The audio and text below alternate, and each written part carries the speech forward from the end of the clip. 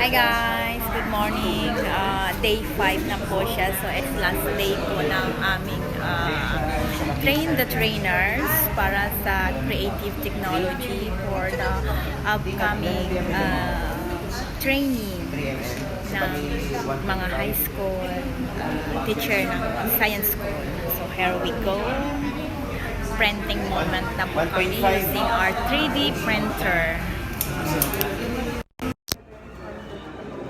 Okay, so siya po si Miss Ray handling or managing the 3D printer right now that created by Mr.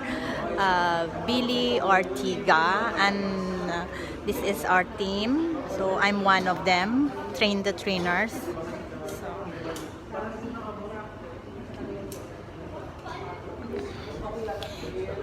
Hello, Miss Ray. Good morning. So, ano yung mga na-experience natin? Ito nga. Yung mga design natin. Nag-ano Wow. lang naman kami. Nag-print kami ng mga keychains. sir. Souvenir ng mga teacher na... Okay. That's great. Wow. Amazing. So, ilang nights na po tayo, Miss Ray, na walang tulugan? 2 nights, okay. One day na walang teacher. Nahiya na ako ngayon.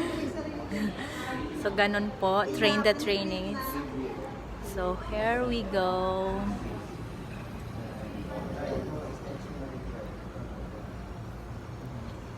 At nagtatampo na yung may-ari niyan. Lilipad pa ng Cebu. So, lilipad ng Cebu. So, here we go. So, mga equipment po. This is our equipment using 3D print. Yeah.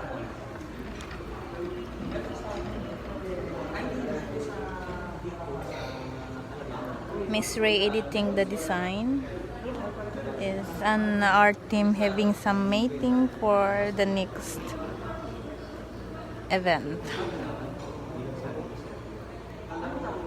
Yeah.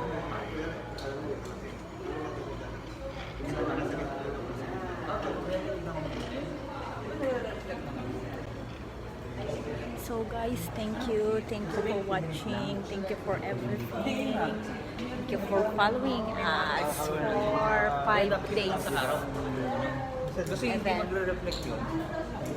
Maganda rin, di ba yung parang solar panel? Yeah. Kasi yung parang basag-basag na ano. Ayun, ganun yung ganun klase gawin. Hindi yung luma, yung parang itim lang. Plain na. Oo, itim lang. Yung liquid na gano'n. Ang bago yung parang basag-basag na. Oo. Kapag gano'n yung makikita.